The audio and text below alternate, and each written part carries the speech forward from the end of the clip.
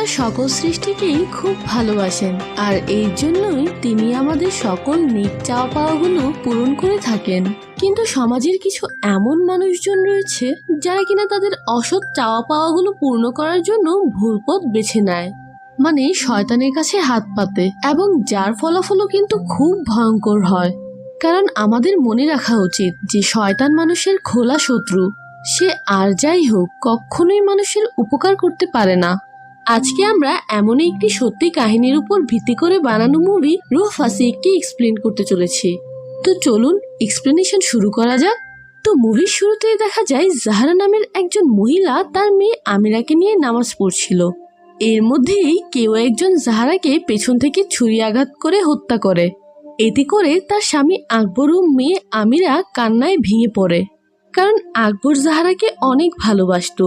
তার পরের scene shift হয় 2 বছর পর, যেখানে দেখা যায় আকবর এবার রেনাতা নামের একজনকে বিয়ে করেছে। আকবর কিন্তু তার এই দ্বিতীয় বিয়েতে মোটেও খুশি ছিল না, কেননা সে কেবলমাত্র জাহরাকেই ভালোবাসতো। এমনকি জাহরার মৃত্যুর পরও আকবর জাহরাকে কিছুতেই ভুলতে পারছিল না। আকবর মূলত রেনাতাকে তার মেয়ে আমিরাকে দেখাশোনা করার জন্য বিয়ে করেছে। তারপর নামাজের ওয়াক্ত হলে রেনাতা আকবরকে নামাজে যেতে বলে, কিন্তু আকবর তার কথা পাত্তা না দিয়ে সেখান থেকে চলে যায়।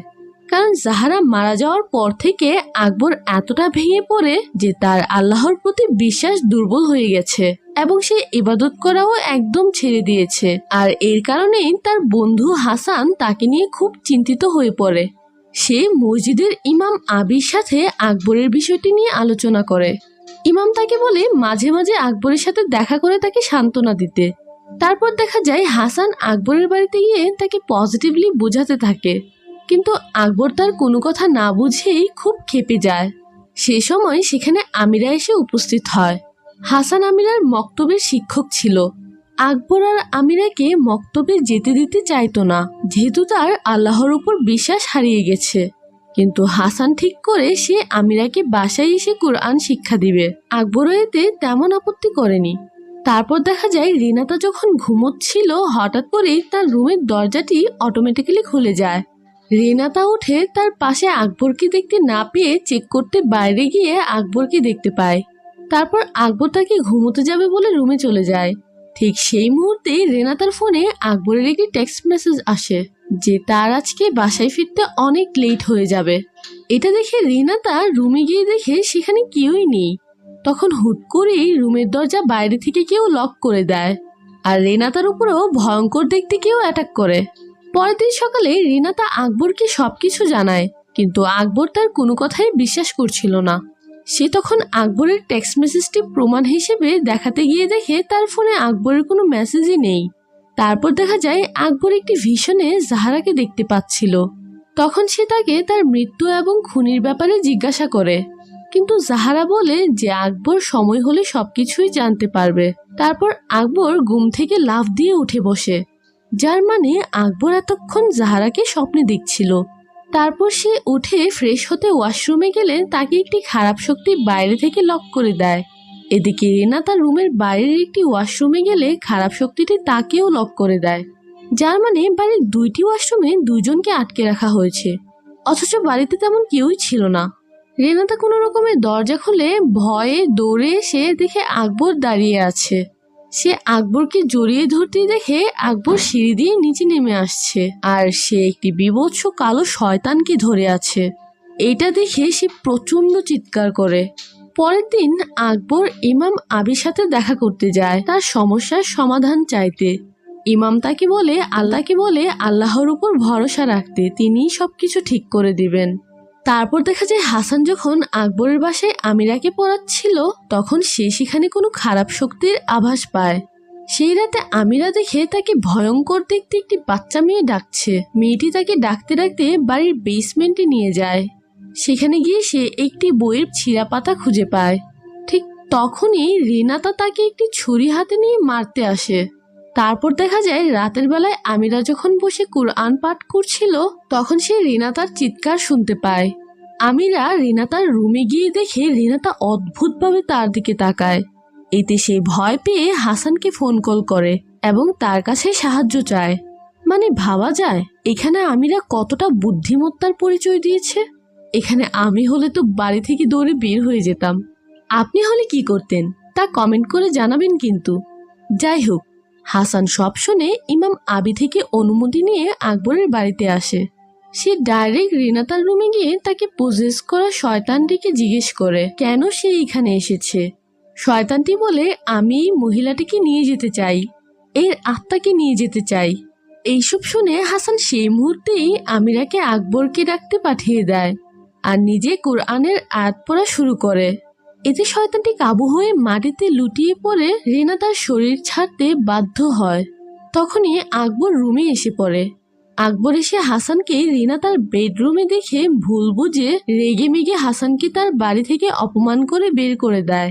তার পরের দিন দেখা যায় হাসান তার ওয়াইফের সাথে গার্ডেনে বসে বলছে সে আর আকবরের ব্যাপারে কখনোই নাক গলাবে না। আকবরের সমস্যা সে নিজেই সমাধান করবে। আকবরের অপমানে সে খুব কষ্ট পেয়েছে। হাসানের ওয়াইফ বলে, দুনিয়াতে ফিতনার পরিমাণ অনেক বেশি বেড়ে গেছে। মানুষ শয়তানের ফিতনাতে পড়ে অনেক পথভ্রষ্ট হয়ে যায়। তাই বলে কি আমরা তাকে সঠিক পথে আনবো না? আকবর তোমার বেস্ট ফ্রেন্ড, তোমার তাকে সাহায্য করতেই হবে।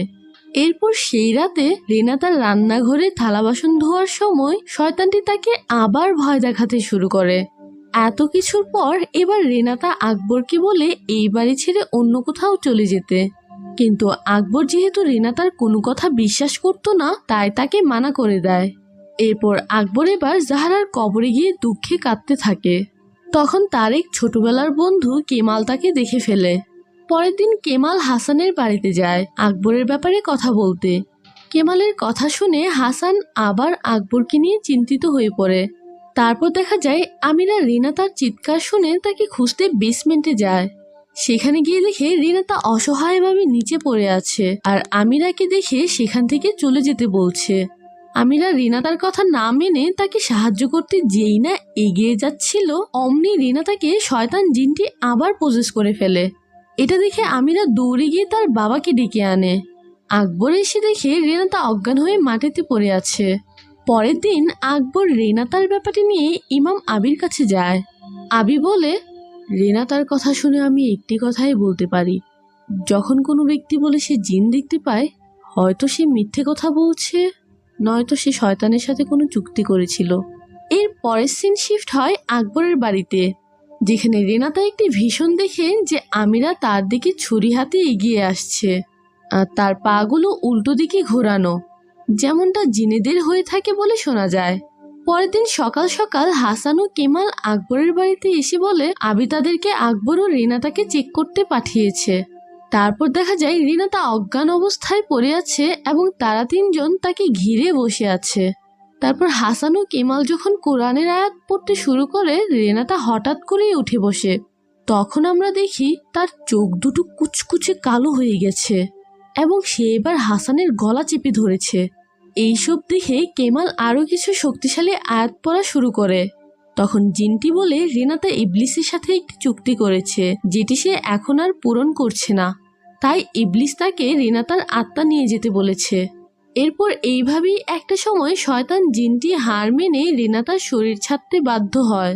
হাসান এইসব কিছু ইমাম আবির সাথে শেয়ার করে, যা শুনে সে বলে, আসলেই সেই সব মানুষ অনেক বোকা, যারা কিনা নিজেদের কিছু লাভের বিনিময়ে শয়তানের সামনে মাথা নত করে, আল্লাহর কাছে সাহায্য না চেয়ে শয়তানের কাছে সাহায্য চায় এবং নিজেদের বিপদ নিজেরাই ডেকে আনে। এরপর ইমাম হাসান ও কেমাল আকবরের বাড়িতে যায় রিনাতাকে দেখতে। তারা রিনাতাকে জিজ্ঞেস করে সে শয়তানের সাথে কোনো প্রকার চুক্তি করেছে কিনা। রিনাতা বাধ্য হয়ে স্বীকার করে যে সে শয়তানের সাথে চুক্তি করেছে। তখন ইমাম বলে তাহলে তাকে এবার সেই জায়গাতে যেতে হবে যেখানে সে এইসবে শুরু করেছিল। তারপর আকবর ও রিনাতা সেখানে যাওয়ার উদ্দেশ্যে রওনা দেয়। পথিমধ্যে সেই শয়তান জিনটি তাদের ভয় দেখিয়ে থামানোর চেষ্টা করলেও শেষ পর্যন্ত তারা তাদের গন্তব্যে পৌঁছে যায়। এদিকে আমিরা রিনাতার রুমে জিন ও মানুষের সংলাপ নামে একটি বই খুঁজে পায়, যেটির একটি ছেঁড়া অংশ সে বেসমেন্টে পেয়েছিল বলে আমরা দেখেছিলাম।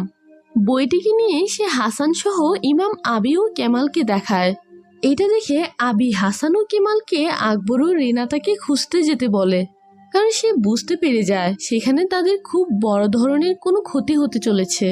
অপরদিকে রেনাতা ও আকবর একটি ভয়ঙ্কর পুরনো বাড়ির ভেতরে প্রবেশ করে। তারা দুজন মিলে আলাদা আলাদা হয়ে জিনটিকে পুরো বাড়িতে খুঁজতে থাকে। এইভাবে একটা সময় জিনটি অ্যাপায়ার হয়ে রেনাতার উপর অ্যাটাক করে দেয়। সে বলে, আমি তোমার জন্যই অপেক্ষা করছিলাম। কেন তুমি ওই ঘরে নামাজ আদায় করতে দিলে, কোরআনের পবিত্র আয়াত পাঠ করতে দিলে? তোমাকে এর শাস্তি পেতেই হবে। এই বলে সে আবার রেনাতার উপর অ্যাটাক করে। রেনাতার চিৎকার শুনে আকবর দৌড়ে আসে রেনাতার কাছে। সে রেনাতার অবস্থা দেখে রেনাতাকে জিজ্ঞাসা করে, কেন এমনটা করলে তুমি? কি দোষ করেছিল আমার পরিবার তোমার কাছে? রেনাতা জানায় সে আকবরকে অনেক ভালোবাসতো, কিন্তু জাহারার কারণে সে আকবরকে বিয়ে করতে পারছিল না। তাই সে একজন ডাইনি মহিলার কাছে যায় আকবরকে নিজের করে পেতে। ডাইনিটি রেনাতাকে বলে সে এই ব্যাপারটিতে রেনাতাকে সাহায্য করবে, কিন্তু তার পরিবর্তে তাকে আকবরের ওয়াইফকে নিজ হাতে হত্যা করতে হবে এবং আকবরের মন থেকে আল্লাহর প্রতি বিশ্বাস নষ্ট করে দিতে হবে, যেন সেই ঘরে আর আল্লাহর ইবাদত না হয় এবং শয়তান রাজত্ব করতে পারে। রেনাতা ডাইনির কথা মতো কাজ করলেও আকবরের ঘরে তারপরও আল্লাহর ইবাদত হতো আমিরার কারণে। রেনাতা আকবরের বিশ্বাস নষ্ট করলেও আমিরাকে আল্লাহর ইবাদত করা থেকে থামাতে পারেনি তার উস্তাদ হাসানের জন্য। আর এতে শয়তান পুরোপুরিভাবে আকবরের বাড়িতে রাজত্ব করতে পারছিল না। তাই সে রেনাতার উপর ক্ষেপে এবার এই খারাপ জিনটির মাধ্যমে রেনাতার আত্মা নিয়ে যেতে চায়, কারণ রেনাতা তার কথা রাখতে পারেনি। তারপর দেখা যায় রেনাতার এখানেই মৃত্যু হয়। তখনই জিনটি এবার আকবরের উপরও অ্যাটাক করে দেয়। এদিকে হাসান ও কেমাল এসে আকবরকে বাঁচিয়ে ফেলে। তারপর তারা আশেপাশে তাকিয়ে দেখে জিনটি তাদের দিকেই এবার এগিয়ে আসছে। তারপর দেখতে দেখতে জিনটি তাদের উপরও অ্যাটাক করে দেয়। তখন হাসান উঠে এবার কোরআনের কিছু শক্তিশালী আয়াত পাঠ করা শুরু করে, যার ফলে জিনটি সহ্য করতে না পেরে সেখানেই জ্বলে পুড়ে মারা যায়। আর মুভি এখানেই সমাপ্ত হয়।